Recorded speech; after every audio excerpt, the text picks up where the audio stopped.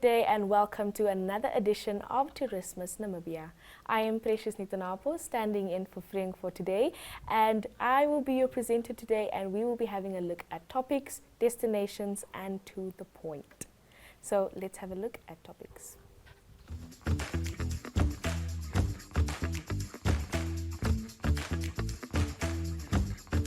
Namibia's hospitality is as vibrant as its people. Join the What's Cooking team as they travel the country cooking, chatting, and celebrating local personalities and the joy of food. If you think you have a standout offering, whether it's a restaurant, bar, pop-up event, or braai stand, get in touch with the What's Cooking team at cooking@synergy.com.na, and we will be there to show the world what's cooking. Programs air every Friday at 4 p.m. on all the NMH Facebook platforms, as well as on NTV, DSTV channel 285, and GoTV channel 94 at 9 p.m.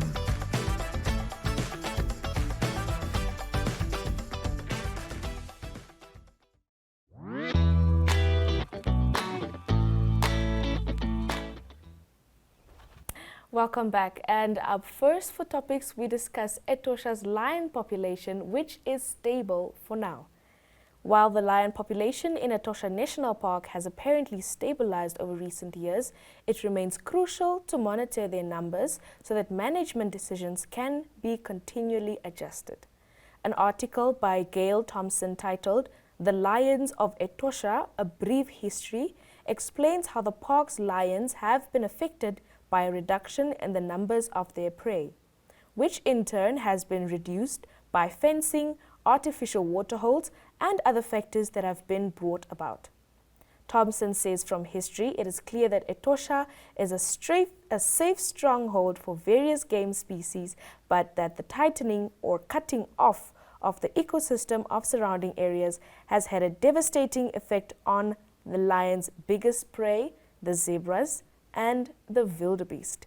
She is of the opinion that extensive drought as a result of climate change can also pose a threat to the lions, and for this reason it cannot simply be assumed that they will be safe in the park. Now there we have some lovely pictures of the lions, but let's have a look at our next topic, which is the conservancies. Namibia's communal conservancies contributed 30 million to the national economy last year and employed more than 5,000 people. The sector continues to recover from the COVID-19 pandemic and is being boosted by increasing tourist arrivals to Namibia. In 2022, the Conservation Relief, Recovery and Resilience Facility provided 56 million in direct support to both communal conservancies and community forests to manage their operations and natural resources to improve community livelihoods and poverty reduction. Lastly,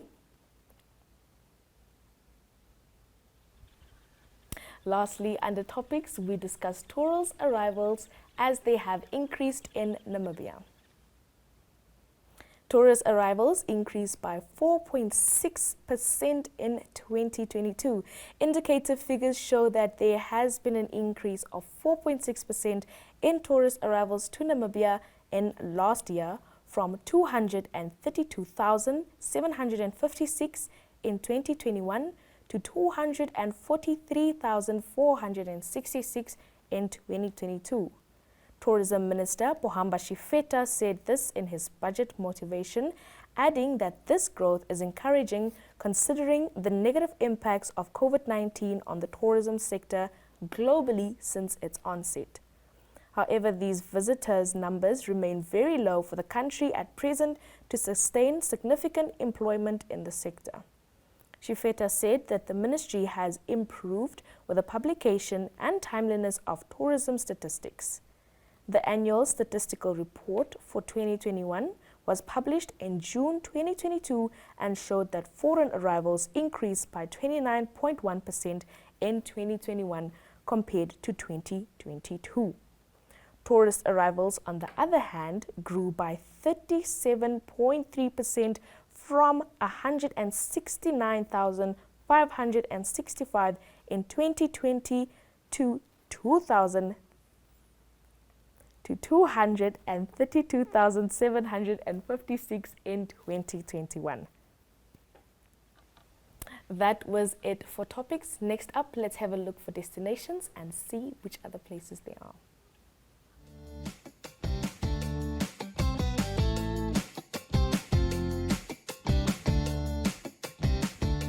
The My.NA Cars Show provides viewers with the best-in-class cars content, engaging interviews, as well as a showcase of the latest cars-related news, products, and services. My.NA Cars aims to reach the car enthusiasts and all motoring industries, focusing on motoring news, test drives, maintenance, fast finance, accessorides, and more.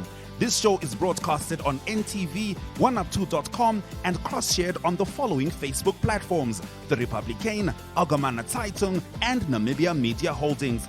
Contact My.NA at synergy.com.na to share your motoring news or to advertise your motoring product and service. My.NA Cars, more than just a ride.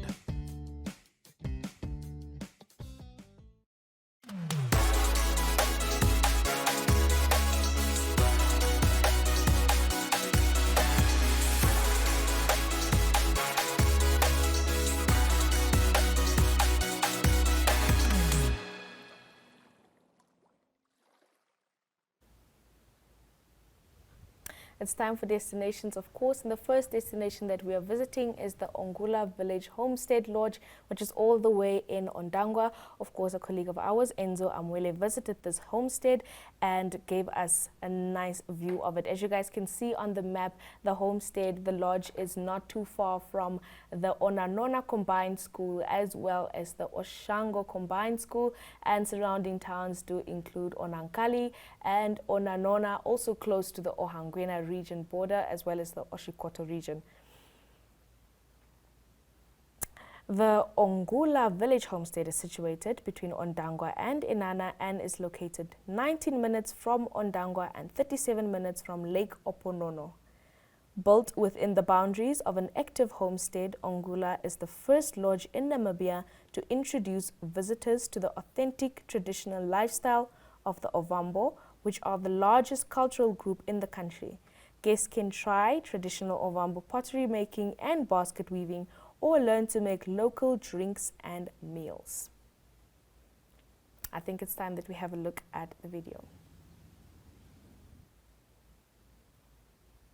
Okay. Good afternoon, good morning. My name is Rosaria Muma. I have been working in Ongula Village Homestead Lodge since 2012 when the lodge started. So here at Ongula, we offer our clients the service like we have the beds to sleep, and we also cater them in terms of food, and we do have different activity. Here at Ongula, we promote Ovambo culture, whereby we take our guests in a tour showing them the living standard of our Ovambo people and what we used to do in the houses, and this including the pounding of mahango millet, squeezing of marula oil. We have activity like a donkey cart, whereby we give our client experience of how to walk in a donkey cart. And we also have a village walk, whereby we are taking our guests in 2 different homesteads for them to realize to experience the different living standard of people.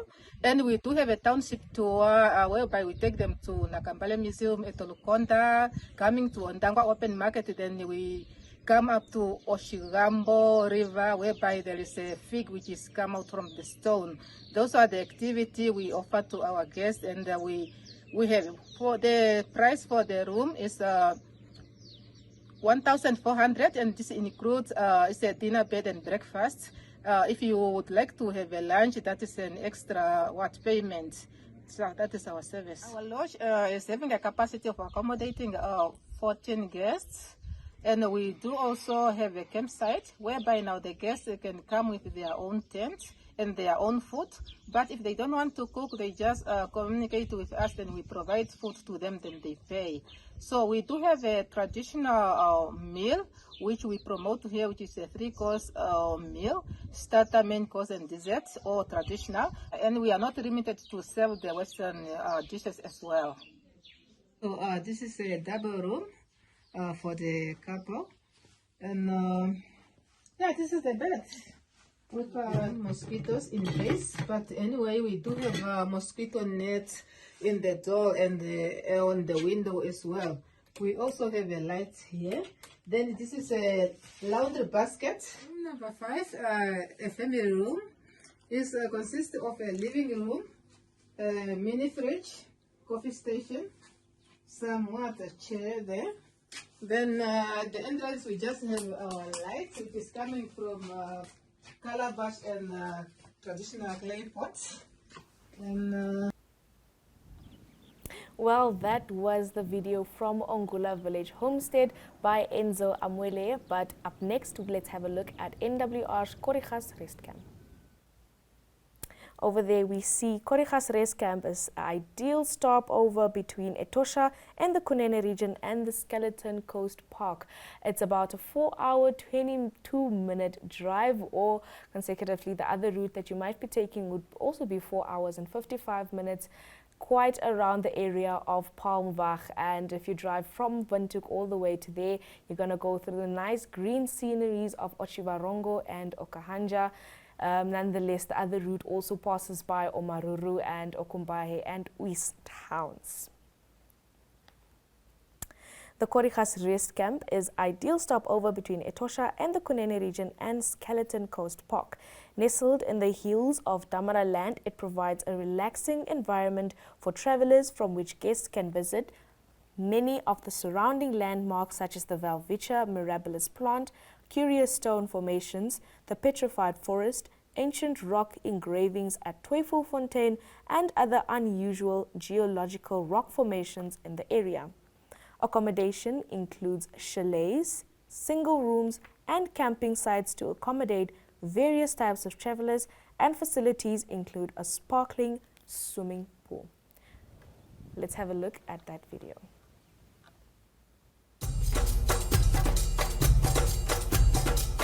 Situated in the hills and heart of Damara land in the Kunene region is the Khorixas Rest Camp. With a warm welcome from our staff, we guarantee you an incredible stay. The reason why clients do visit Khorixas Rest Camp, it's a stopover whereby you will find clients that will be traveling from Etosha National Park. After the tiring day, they will come and rest here. And then you will find others that will travel from the coast, and then they will come and overnight here. Around the Damara land, or where Khorixas is situated, Khorixas have got a different landscape. We go up to Tweefontein areas. There you can find the Bent Mountain, the pipe organs. These are the features that clients normally come and visit in the Damara land. But the best place to stay is Khorixas, NWR.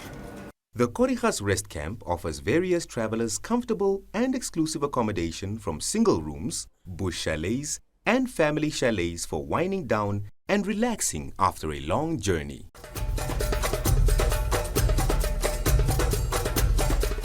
Knowing that we would like to explore our country, and this being my very first time experiencing Khorixas, I'm quite excited. The landscape, seeing the different landscapes of our country, starting from the south to the north, and this part of our area in Namibia, you will see the different landscape. If you see the sands, especially when it comes to sands, you will see how the red sand is from the south, the white sand is in the north, and now you see the different sand over here, which I will love to explore over the course of the weekend. What an incredible experience it is to be in this lovely country. And we're moving from here down to Swakopmund and then on to the Swisses Vlei. All brand new experiences. The people have been wonderful. And yeah, both South Africa and Namibia need tourism back. Indulge in our 3-course meals with an appetizing starter, main course to tease your taste buds from the chef's special meal of the day, and of course a mouth-watering dessert just the way you like it. Being one of the 2 NWR facilities that offers training in hospitality to aspiring hotel managers, housekeepers, waitresses, chefs, and many more. I'm Inasia August. I'm housekeeping at Khorixas Rest Camp. I was happy because as a woman, I would like to clean. And when I started and when I came here, for me it was normal. But as a first time, I was a bit like I was not comfortable. But as the time is going, I get used to it. So for me, it's okay, and I can do it. I can do my job well. So I'm enjoying my job. While enjoying your stay at the camp, well known as the Explorer's Paradise, travelers can experience fascinating landscapes and a visit to the famously known Damara Living Museum, a place of authentic traditional culture with the aim to reanimate the original culture to prevent complete traditional loss.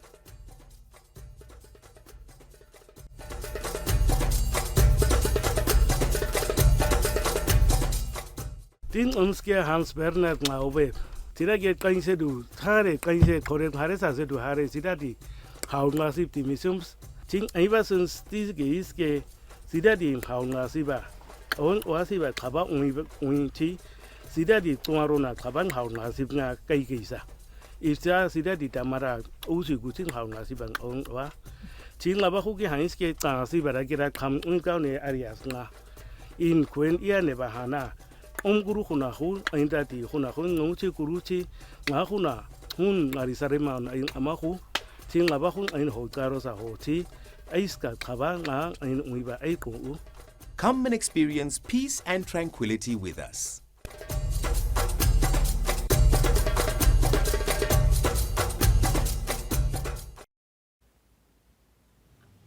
Well, that was it for NWR's Khorixas Rest Camp as well as the Ongula Village Homestead Lodge in Ondangwa. But up next, we have To The Point. The Evening Review is a daily interview-based talk show that dissects and expounds on current affairs as they occur in Namibia. The show aims at reaching Namibians of all age groups who seek better understanding of the state of current affairs in the country.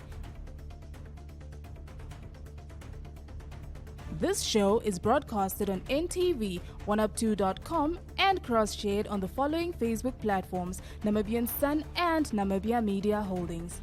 The Evening Review focuses on interviews, latest news and up-to-the-minute current events. Contact Evening at synergy.com.na.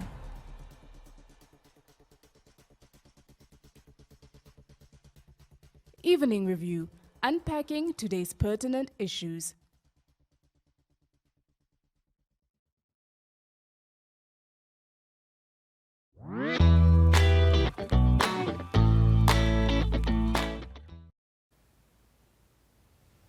So welcome back, and let's get straight to the point. Today in To The Point, NMH journalist Elani Smith sat down with CEO of the Namibia Tourism Board, Dikhu Xabeb, who after 15 years at the helm of the company has decided to leave the Namibia Tourism Board. He speaks about the successes and challenges that the company faced. His contract will end on the 30th of June. At the same time, the board's 5-year term will come to an end. Let's have a look at the video and get more insight. We are speaking to Dikhu Xabeb, the CEO of Namibia Tourism Board, who has finally decided that he will retire, I think. Or will you just let him explain? Dikhu, how long have you been working at NTB?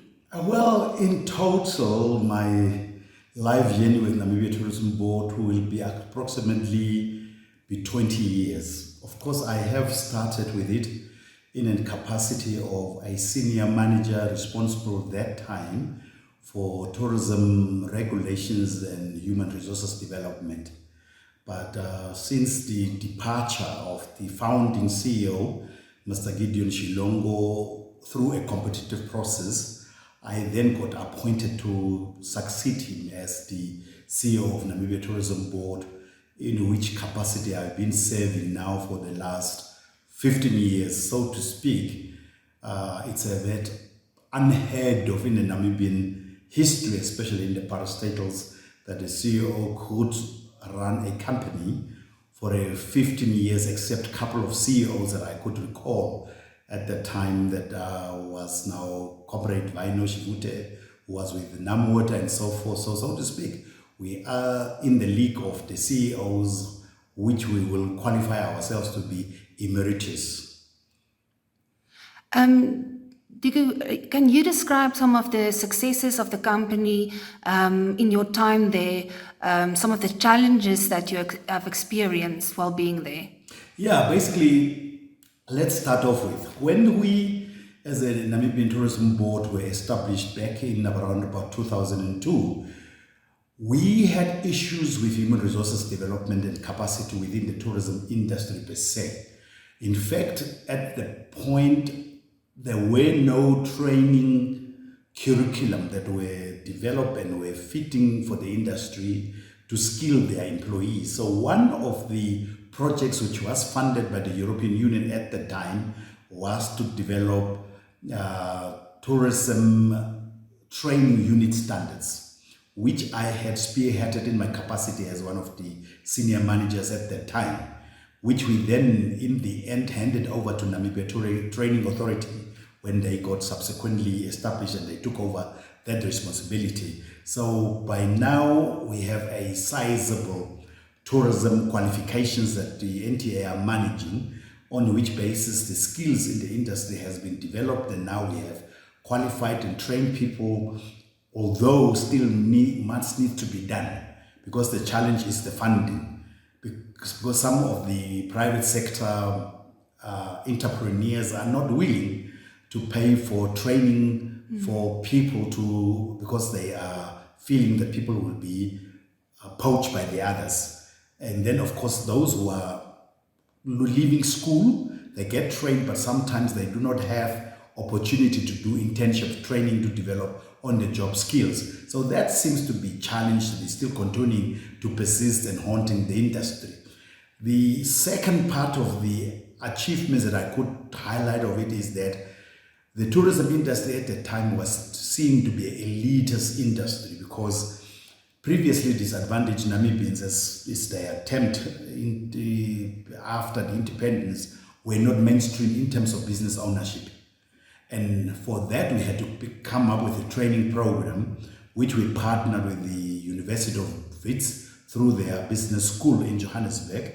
And the Center of Entrepreneurial Development assisted us in customizing entrepreneurship development program, more specifically aimed at hospitality and tourism. Through that program, we had trained about 200 Namibians who at the time either were in the start-up phase of their businesses, or some had plans to start businesses.